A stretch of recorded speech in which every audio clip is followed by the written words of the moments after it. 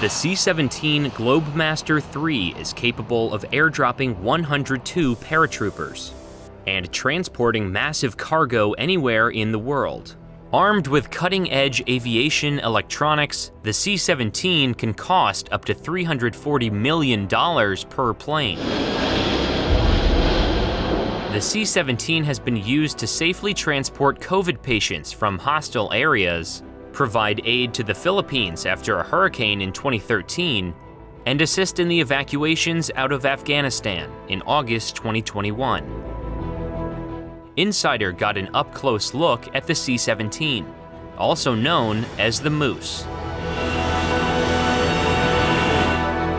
We can load 172,000 pounds of cargo on here, whether it has to do with vehicles or any type of palletized cargo. We can take people. That's C-17 Crew Chief Staff Sergeant Joshua Estel. He helps oversee the 13 C-17s stationed at Travis Air Force Base. Cargo is loaded through these ramps at the back of the aircraft.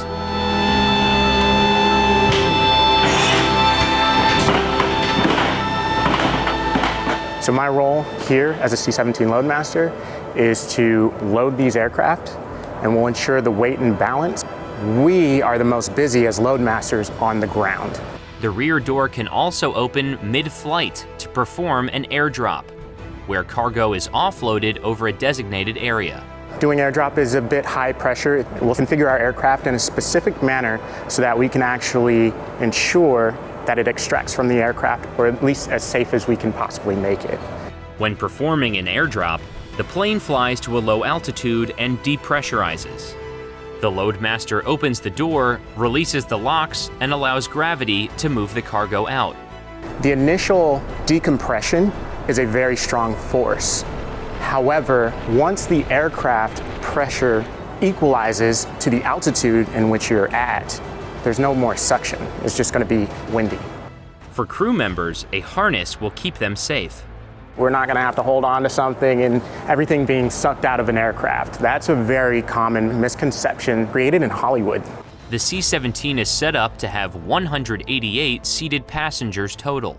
There's 54 silo seats, 27 on each side. We can also load palletized seats so we can get more people in here. The C-17 is equipped to carry 102 paratroopers with their gear, but Loadmasters can remove the palletized seating and fit many more people in an emergency. Above the cargo hold is the cockpit. The C-17 cockpit has 4 seats, one for the pilot, one for the co-pilot, and 2 rear seats for any additional crew on board. So we actually have 2 bunks equipped, so that way if we have an extended day, the pilots can sleep and the Loadmasters can sleep. Just behind the cockpit and through the sleeping area is an escape hatch. That way the pilots and everybody that's up here can get out if we need to in case we land in water.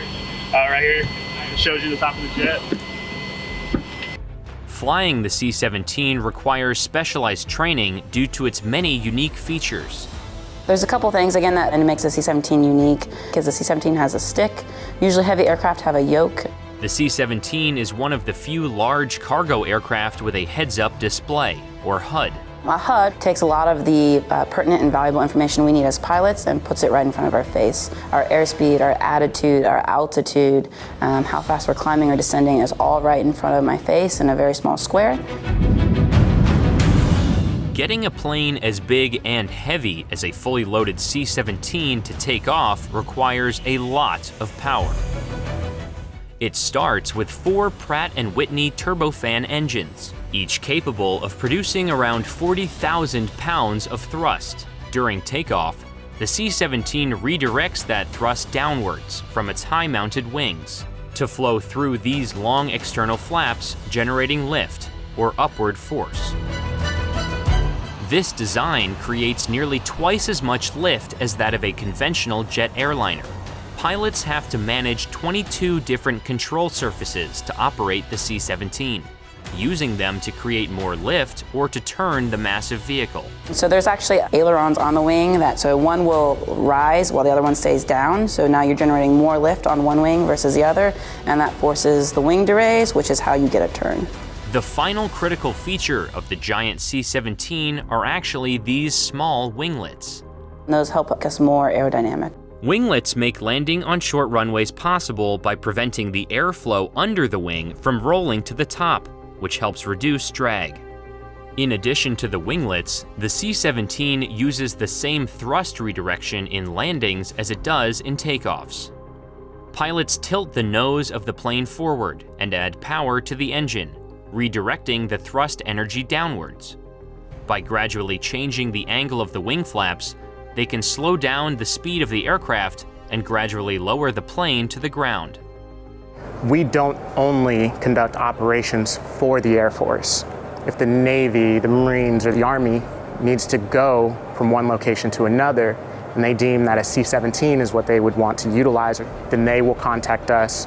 Today, the C-17 is flown by countries around the world, like the United Kingdom, Australia, and India. There are 274 C-17s across the globe, with 157 in active use by the US Air Force. Boeing stopped production of the C-17 in 2015, but there is currently no plan to replace the plane. As of right now, there's no plans to decommission C-17. We are considered one of the workhorses of the military right now because how often we fly these jets, because how new they are and how reliable they are, and all the different capabilities that we have with the C-17. This is my job. I've been in for 11 years now, and I was originally going to do 4 years and be done. I couldn't get enough of it.